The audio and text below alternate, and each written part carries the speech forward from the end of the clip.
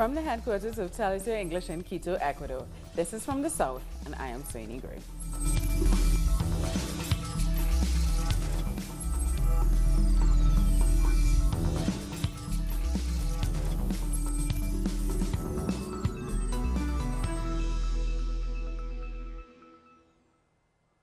Venezuelan Minister of Communication Jorge Rodriguez has given a press conference presenting evidence that directly links the opposition leader Julio Borges to last Saturday's assassination attempt on President Nicolas Maduro.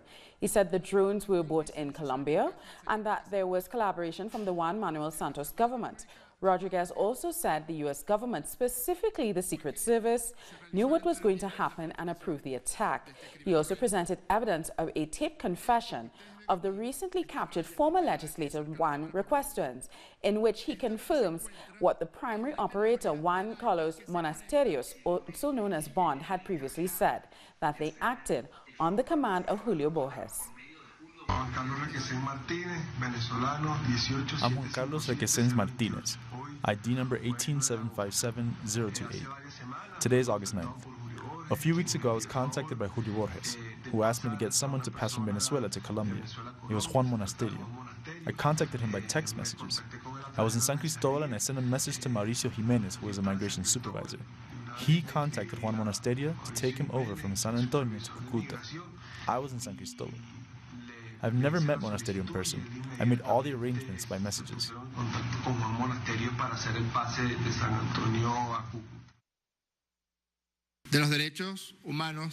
Respecting the life of this suspect, he has family. I have a family. Respecting the Constitution in regards to human rights of all Venezuelans, this is a confession of former legislator Requesens. It is up to you, media outlets, to see what you are going to do with it. Ahí hay una confesión del exdiputado Requesens.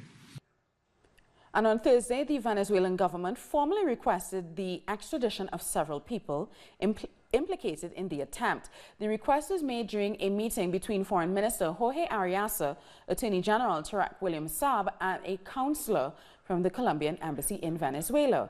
In the meeting, the Venezuelan side asked for the extradition of the opposition lawmaker Julio Borges and 4 others with direct involvement in the attack. And on Wednesday, the Attorney General, Tarek William Saab, had met with the U.S. Charge d'Affaires to ask for U.S. assistance with the investigation.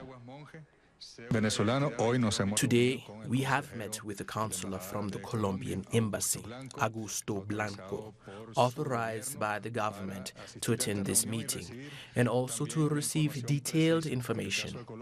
In the case of Colombia, as you all know, training took place by this group of terrorists who made an attempt on the life of President Nicolas Maduro and practically all of the high-ranking Venezuelan military and political officials of Venezuela. In this community, located in the La Vega district of Caracas, neighbors are concerned and even weary about the possibility of another attack against the government that they elected. Given the magnitude of this, we have to be very alert. We must be more united as Venezuelans and as a community because we don't really know where they'll be attacking us from next. What happened surprised us all. We were not expecting this. The oligarchy, the opposition, doesn't rest, and they want to undermine our achievements, and they want to take over the government. In this self-managed sewing workshop, women are empowered, both economically and politically. They say this was all thanks to their comandante, and therefore they will defend the Bolivarian revolution in any scenario. What are we going to do? That was the first thing we thought, and many of us said, let's get together, and if we have to go to Miraflores, we will. But they shouldn't think that they can get away with this. If they're attacking the president, we will not keep quiet. We will fight. On their part, authorities presiding over the investigation of the failed assassination plot have made progress in capturing all individuals involved. Other detentions are not discarded. Search warrants are being executed all over the country. We have more than 25 people being investigated, and the investigation continues until we get to the bottom of it.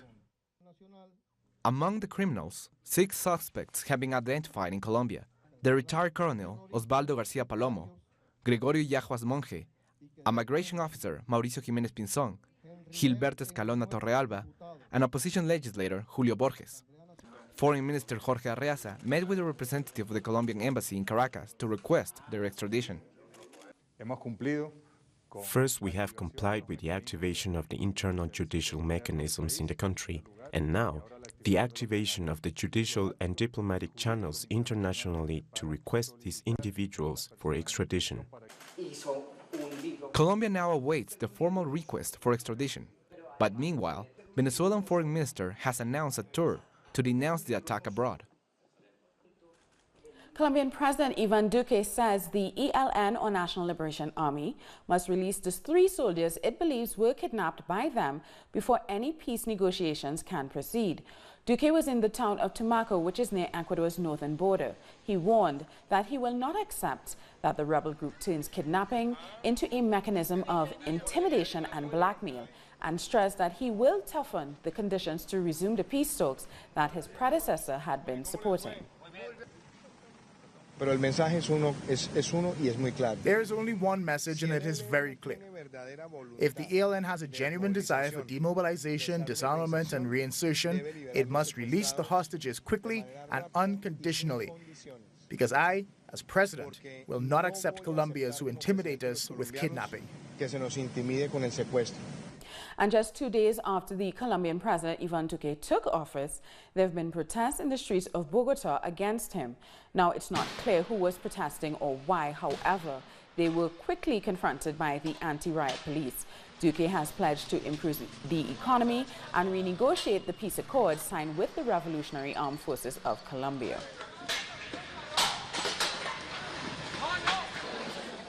The hearings in Colombia's special jurisdiction for peace have been held for the crimes and kidnapping and forced disappearances.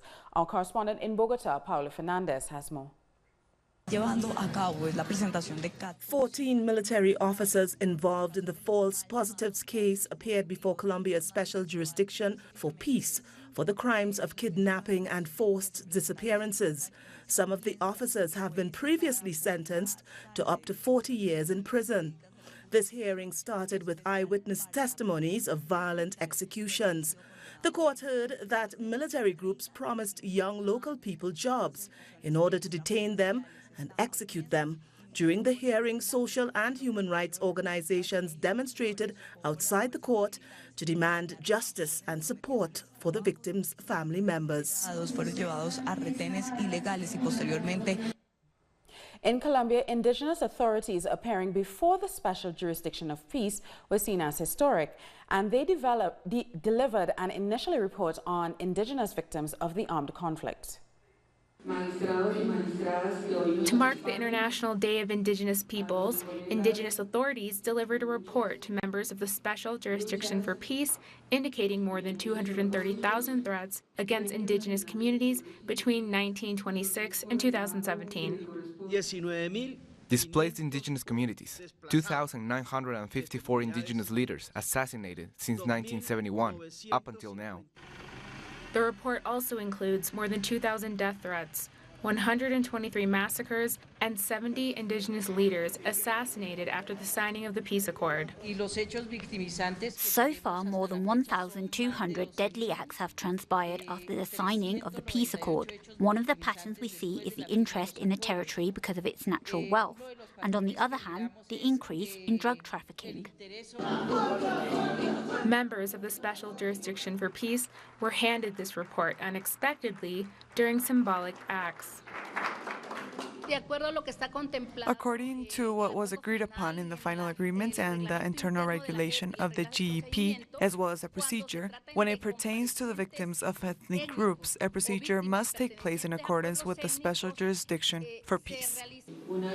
The president of the Special Jurisdiction for Peace stated that the ethnic focus by the JEP is important in the search for truth. There is both a justice component as well as the component of truth in what corresponds to the disappeared person search unit. They deserve justice, reparations, and truth by the system. Indigenous authorities advise that 39 of the 102 indigenous peoples of Colombia are on their way to being wiped out. They highlighted the 37 safeguard plans that are currently in progress, and through this report, asked for guarantees that this won't be repeated for the sake of the construction of peace within their territories. More news after the break, but first, here's a video from our multimedia team.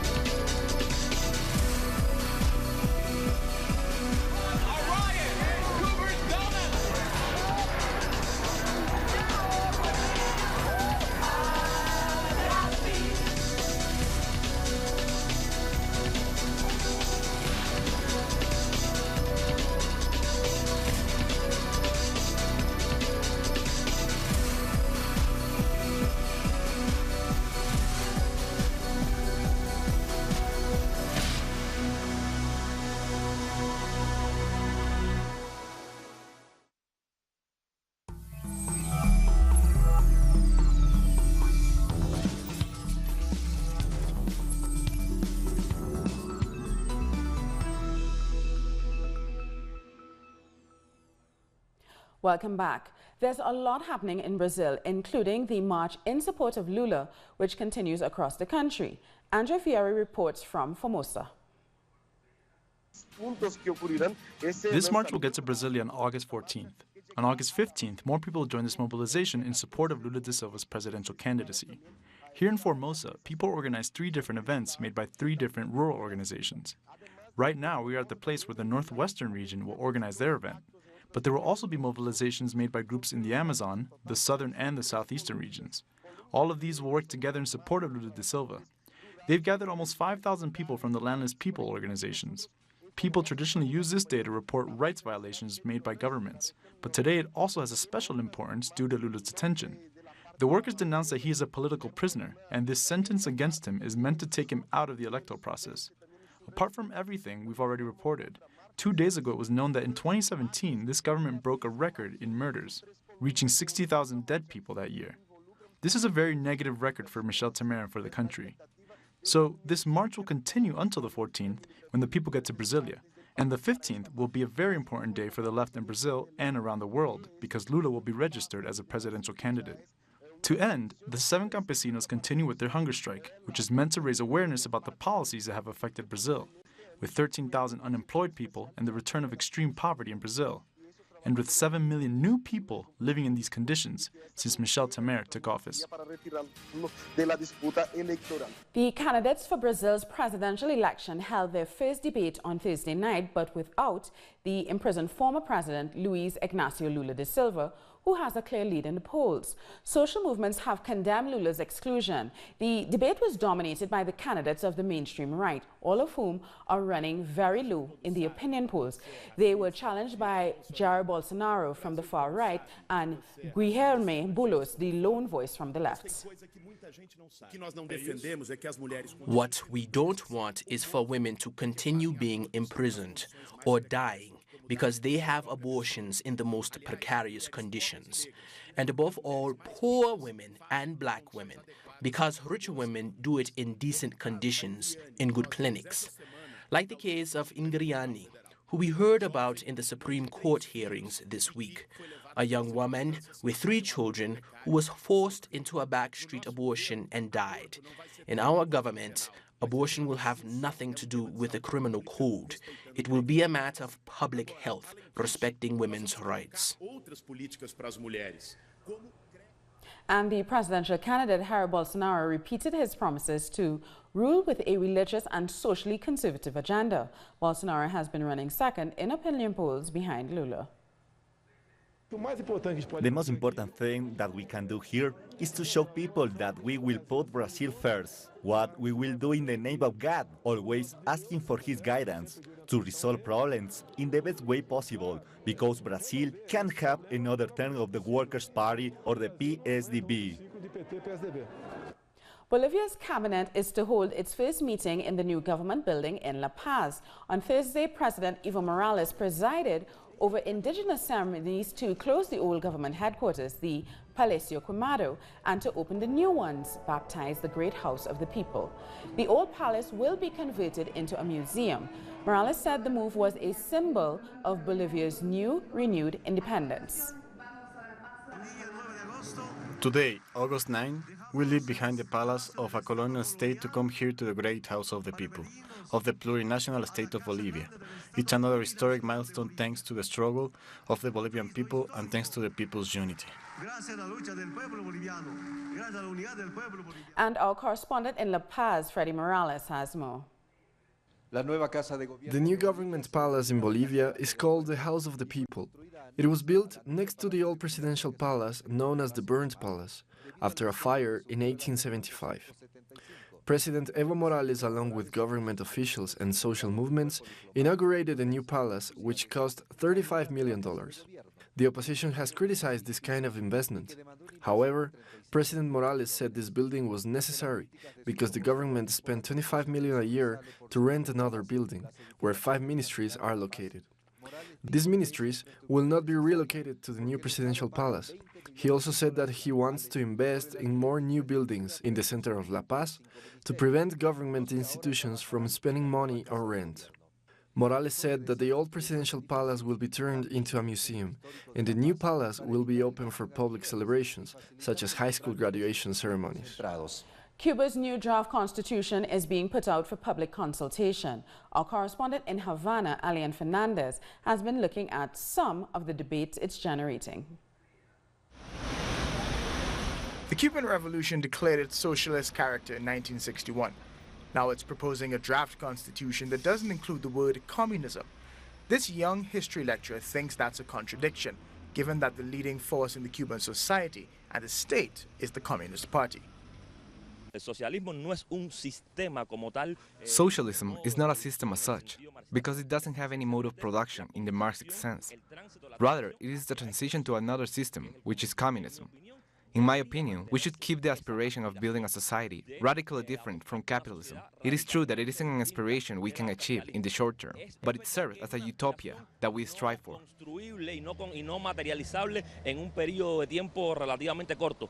The draft constitution put forward explicitly recognizes the existence of private property in Cuba. Previously, various euphemisms were used to refer to the non-state sector of the economy, like self-employment. This has been possible in other countries, so why not in Cuba? And when the two systems complement each other, you can achieve improvements in the economy, which is what the country needs. This is on the way. People are being trained for this, and I think the objective should be develop a mixed economy. I think that is the right way to go. tema de que cada cual tenga, según los principios, lo que sea capaz de generar y lo que sea capaz de producir. Teresa teaches linguistics and is an activist for gender and LGBT rights in Cuba. For 36 years, she's been in a relationship with Marcel Rodriguez, a radio scriptwriter. The proposed constitution would allow them to get married and have other legal rights. This is not a fashion. We are not trying to imitate other countries. We had a revolution here, a revolution that was for everyone's welfare. But this everyone was left out in the law. They weren't recognized and didn't receive what they should have received as citizens. Between August and November, ordinary Cubans will be able to make their own contributions to the draft constitution, drawn up by members of the National Assembly. The Cuban government says this process of consultation will strengthen the Cuban people's support for the revolution and that it demonstrates the country's democracy. The UN General Assembly has approved the appointment of former Chilean President Michelle Bachelet to be the next UN High Commissioner for Human Rights. Bachelet will take up her new position on September 1st. In a video posted on Twitter, she said that she was deeply humbled and honored by the appointment and pledged to bring all of my energy and convictions to the job. UN Secretary General Antonio Guterres said Bachelet takes office in a world of rising hate and inequality. I feel very honored by the proposal made by the Secretary General for me to be High Commissioner for Human Rights of the United Nations, and also of the approval in the General Assembly. So I will accomplish with all my strengths, all my energies, all my convictions this great task that aims to give dignity and prosperity to all people. Antigua's Prime Minister Gaston Brown has announced plans to help Dominica retain Ross University School of Medicine.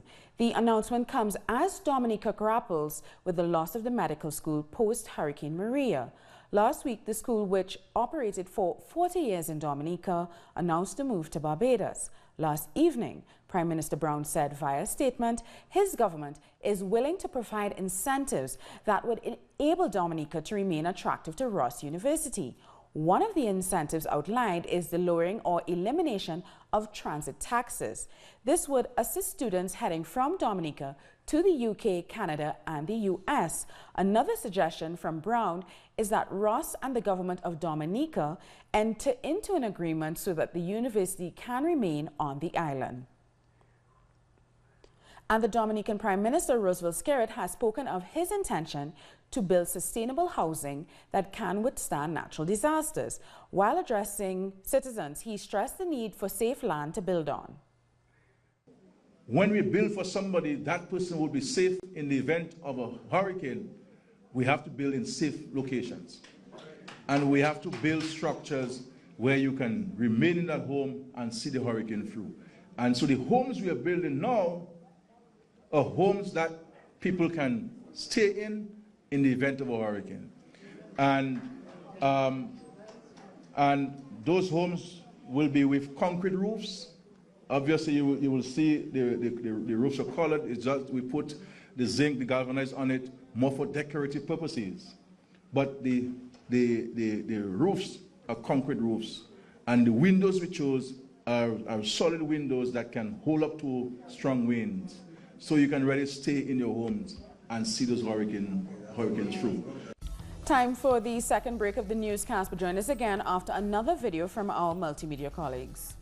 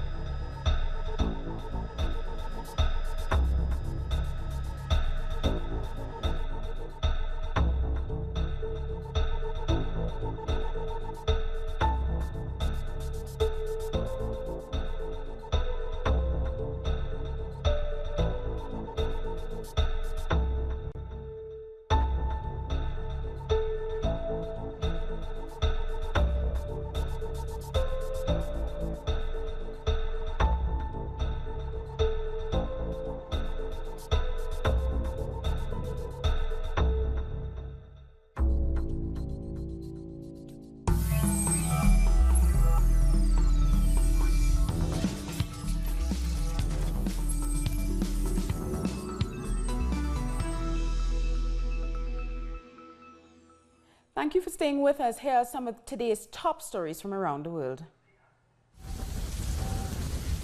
Farmers in the United States are still waiting for $12 billion in federal aid promised Trump administration as they feel the squeeze of his tariffs war.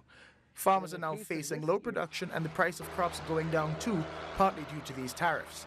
Trump proposed emergency relief to alleviate the pinch, which has not surfaced. Let the Catalan vote. Catalan's President Quim Torra called for the release of separatist politicians from jail. After last year's independence referendum in Spain, a number of people were imprisoned. There are political prisoners in jail in Spain, Democrats, politicals that they only wanted to let the Catalan vote and are in prison now. There are people in exile as well, and there are thousands and thousands of Catalans being persecuted, investigated by the Spanish police, etc. So we are living in a very, let's say, critical political moment in Catalonia, and I think that this is the point. In Syria, a soldier and 16 artists have turned a tunnel used by rebels in Damascus into an exhibition of fine arts. All those involved sculpted the walls of the tunnels with creations inspired by the victories of the Syrian Arab army, which regained control of the area earlier this year. And we've come to the end of this news brief. For these and many other stories, you can find them on our website at talisyourtv.net/English. And join us on social media, Facebook, Twitter, and Instagram. For Talis Your English, I'm Sony Gray. Thank you for watching.